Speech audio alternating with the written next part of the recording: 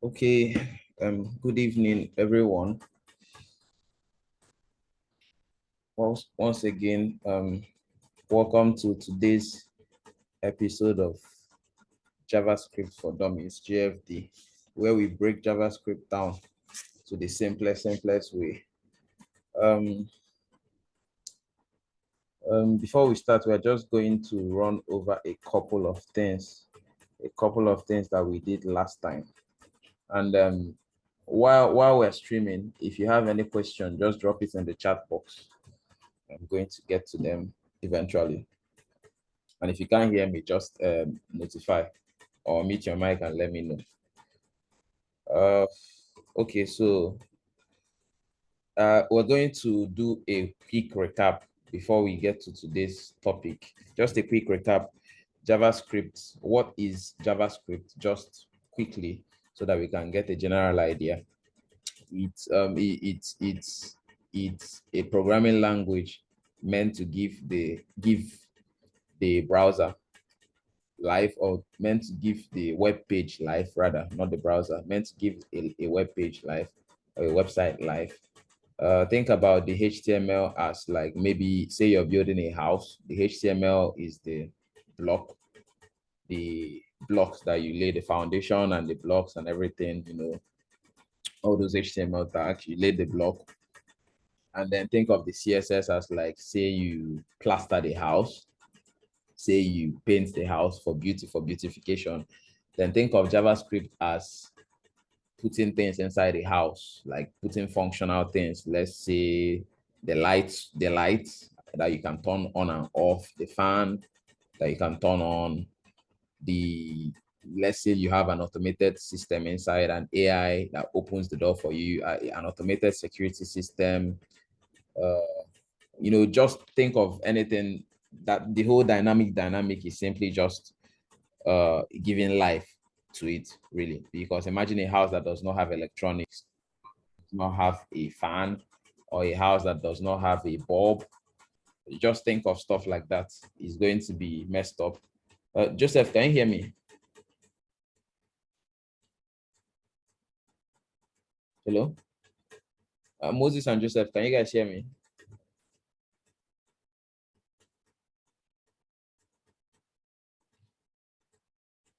Hello?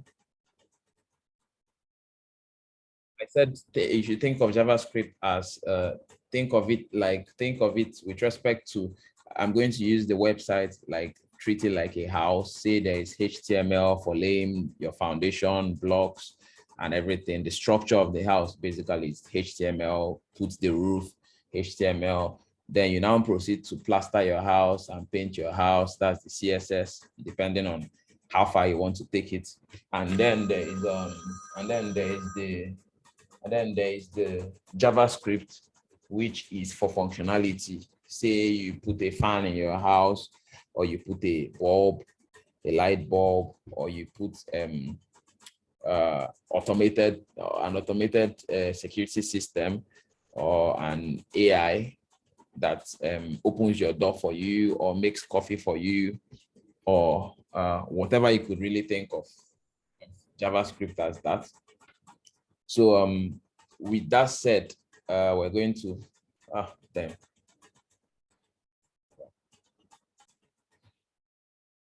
So with that said, let us quickly jump into JavaScript. I'm going to just first of all, we're going to start with data types in JavaScript. There is but before we start, there is a particular method. There is something we are going to have to keep in mind in Java. It's like I call it the blackboard of JavaScript, or the blackboard of programming with JavaScript. It's a function called is a function written this way: console.log. Its functionality is to log things onto console, and the console in this other high. All right, I'm gonna just quickly do this first. Right.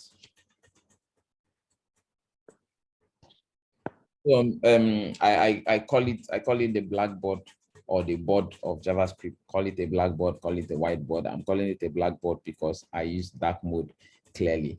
It's what you use to test your code and use it to like run your code.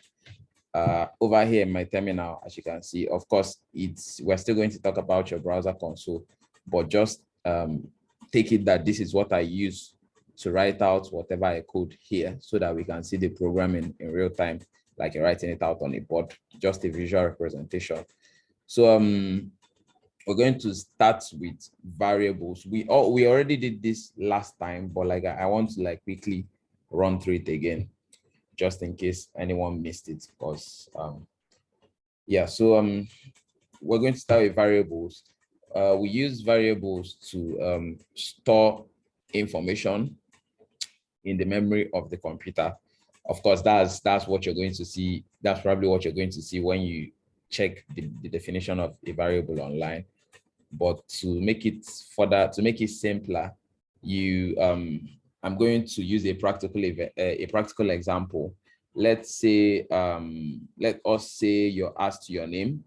Let's say someone asks you, what is your name?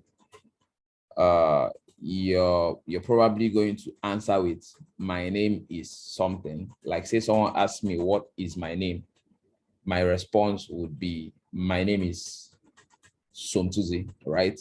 And let's say 10 people ask me what my name is, right? It would be a lot better. It would be a lot better if I could answer them all in a better way than to have to repeat my name every single time. So the whole concept of a variable is for you to be able to store information on the computer and use that information as many times as possible. So instead of just saying, say for example, Somto or Somtuzy, you create a variable in this manner. I'm going to use my name, or my name is, rather, let's use something very practical. My name is Somtuzy. And this way now it's kind of better, because when you want to repeat this, when you want to log out your name, you could just say, my name is. Okay, I'm going to go ahead and remove this actually. So in actual sense, what we do is when we declare this variable here, I'm still going to go over the ways to declare a variable, but like when we declare this variable here, we automatically store the value of Somtuzy on this variable. So anytime we hold on to this variable, anytime we reference this variable, this name here, it represents this value stored on it. So when you log this out on our blackboard, on our JavaScript blackboard, you're going to see that the name you passed in here gets logged out under this place, Somtuzy. So that's like I think this is one of the easiest ways to define a variable. It's used to store information in a better way. Instead of writing this code as something like this, instead of writing it this way, instead of writing it on the blackboard, instead of just writing my name here as Somtuzy, I just find a better way and I just say, oh, my name is equal to Somtuzy, and then I just say, okay, I want to write my name on the blackboard, and I just reference my name, and voila, it brings out my name. So there are different ways to declare a variable. Before, in the older version of JavaScript, it used to be with the keyword var, as in variable, short for variable. It's a keyword that commands the computer, and lets the computer know, oh, I want to use this name, or this I want to use this title to store so and so information. I want to use this title to store a certain information. So the syntax of this is like var as per. It's saying, okay, this is a variable. I want you to know that this is a variable. And then this is the name of the variable or the title or the tag that I'm going to be using to reference the variable. And then this is equality sign for assignment, saying this is what the variable is going to be equal to. The variable is going to be equal to the word inside here. Now, whenever you reference this name here, it's just going to go and grab onto this information in the computer's memory. So this used to be the older way, but we're going to be using, but this way has some limitations, which we are going to talk about later. We're going to reference it later, because the whole block scope and global scope might get a little confusing at first here. So we're going to talk about it much later. So the other ways, the current way, or the best way to declare a variable, which is the current way is done, is the let. If anyone remembers, in basic math back then, we used to say things like let the number be x. When you're looking for, when you have an unknown number and a number you're looking for, you usually go like, let the number be x, let x is equal to this, let x is equal to this, stuff like that. So you could just think of it that way. Think of it like the basic math and think of it that way. So you say, let this name, let this title be equal to this information, so that whenever I want to grab onto this information, I just use that particular name, that specific name. Now, there is another way to declare a variable, and that is using the const keyword. The difference between the let keyword and the const keyword is that this const keyword is used to declare variables that are constant, variables that you can't change. And that leads us to the other things with variables. Variables can be reassigned. What do I mean by this? I mean that you can say now, okay, we're going to use my age to do it. I could say, let my age be, let's say this year, my age is 20, right? I could say, let my age be 20. And we're just going to log it out on this blackboard here, on the JavaScript blackboard. I'm going to be referencing it as blackboard throughout this series. When we log it out, we are going to get my current age, right? So that's 20. And say I now, okay, let me say my current age. Let's make it realistic. And over here, my current age. Let's say my current age is 20 as of today. And a year from now, I'm not going to be 20 anymore, right? I'm going to get older. So at that point, let's say a year from now, I can now say, okay, my current age is no longer 20. My current age is now 21. And you can see the first time we said my current age is 20. Let me clean this piece of code here first. Sorry about that. You can see the first time I said my current age is 20, and then this line to log it out on the blackboard to see the information. The first time I said my current age was 20, you can see here it's 20 when I wrote it out on the board. And then I now came out a year later and I said, okay, my age is no longer 20. I'm now 21. I've added by 1 year.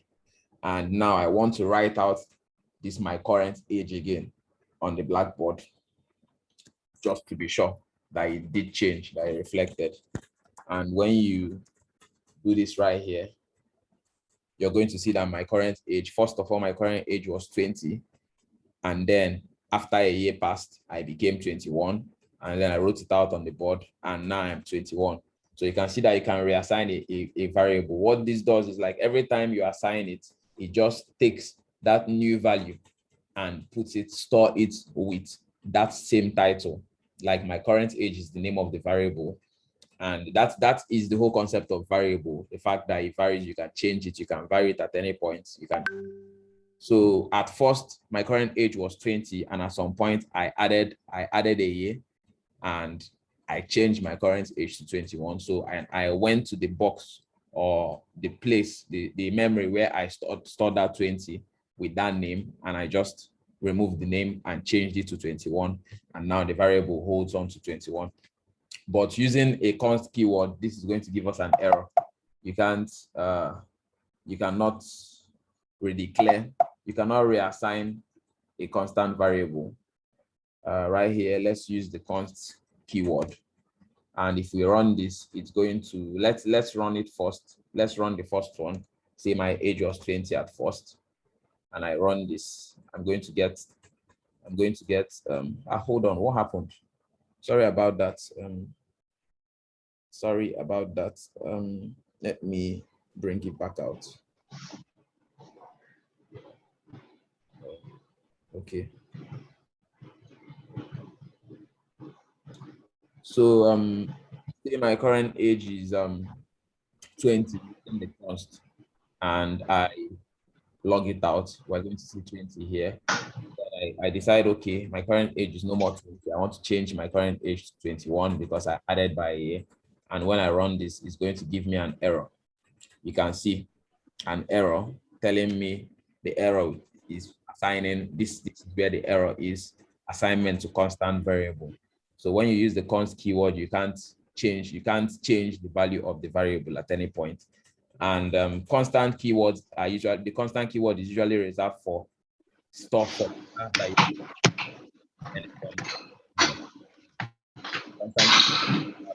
for data that you tend to change at any point in your code.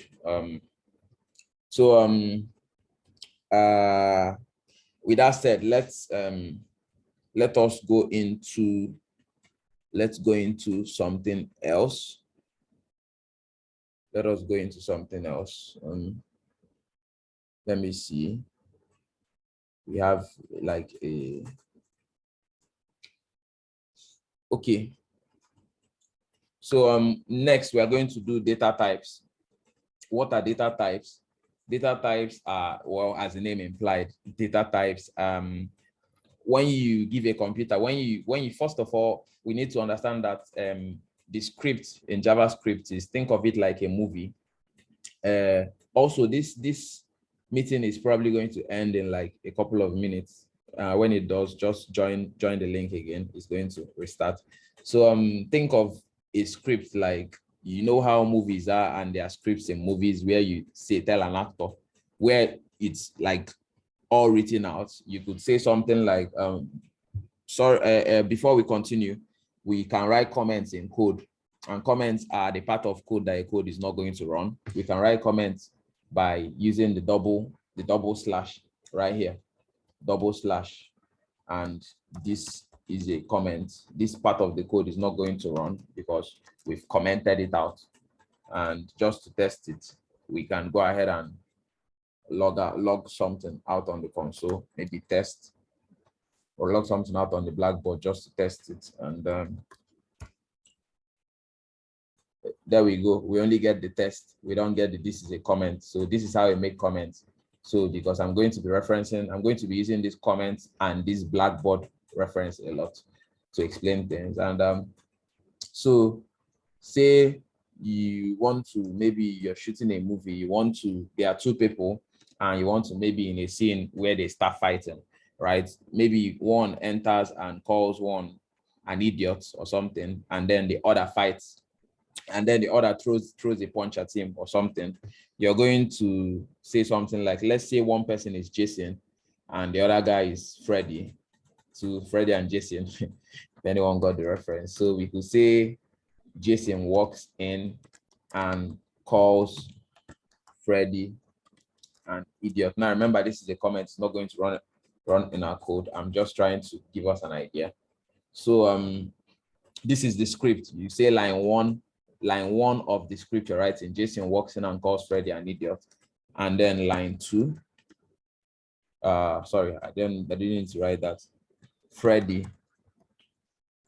throws a punch at Jason. And then you could say lastly, they end up fighting. So this is a script now. This is a movie script. So when it starts, you could even go ahead and put stuff like looks, or they look at each other for 2 seconds, right? And then you can say, then they start fighting. So this is a script, and you know how scripts are. Scripts run line by line. So when you want to act out this play or this movie, you will read the first line. The actor portraying Jason will walk in and call the actor portraying Freddy an idiot. Sorry, an idiot. Then after he's done with line 1, it goes to line 2. The actor portraying Freddy throws a punch at the actor portraying Jason. It goes to line 3. They look at each other for 2 seconds. It finishes, it goes to line 4. Then they end up fighting. I just wanted to clear this part because that is why JavaScript is called JavaScript. The script part, of course, it runs line by line, line by line. So when we write code, we are saying, okay, I want you to do this first. And when you're done doing this, do the next one. And when you're done doing the next one, do the next one. Sorry. Yeah, Can you hear me? yeah, I can hear you. Hello, can you hear me? Yeah. Sorry, I couldn't get what you said. Hello. Hello. Yeah. I'm with you. All right. So I said that basically runs the first one, then it runs the second, then it runs the third, then it runs the fourth, and it just keeps going. If it's 20 lines, it just keeps running it line by line, line by line. And that is how JavaScript runs, because throughout the series, when we're going to be running our code and our program, we're going to be seeing it run line by line, line by line. And to test this out, like I always like doing, I'm going to go ahead and write actual code. We're going to use our Blackboard feature. We're going to write 5 lines here. Sorry, I'm going to go back and copy and keep this. And I want to write these 5 lines into code for it to log out on our Blackboard. So I'm going to make it, sorry, it's 4 lines, not 5. I'm going to copy this. Sorry, my system is being really crap. System is being wild today. Yeah, so I'm going to copy this and I'm going to paste it into 4 places. Then I'm going to go ahead and take the first one and I'm going to put it in here. And then I'm going to take the second one and put it in here, just to show you that code runs line by line, one code after the other, and put it here. Then I'm going to take the last one and put it in here. Sorry about that. Put it in here. And then I'm going to save, and then I'm going to run this our code. And you see how we get it. Line 1 that runs first, Jason walks in and calls Freddy an idiot. Line 2, Freddy throws a punch at Jason. Line 3, they look at each other for 2 seconds. And the last line, they end up fighting. So that is how JavaScript runs, just for us to have an idea while we are doing it. So when we come back, well, we're going to talk about data structure or data types. Sorry, we're going to be talking about data types of data. Now, if you think of JavaScript like an entity, you would know that, or think of JavaScript like humans, you would remember, or you would know that there are different types of human beings, and different types of human beings have different ways of being handled, or their likes or stuff. There are tall people, there are short people, there are fat people, there are slim people, there are dark people, there are fair people, white, black, different shades and types of people. And it's not often what works for one person that works for the other person. You need to treat different types of people different ways. And that's how, that is why we need to know data types in JavaScript, because we are going to be using those different data types. So we need to know how to use them. You need to know what different data types there are and how to use them. So when we come back, we're going to be talking about data types.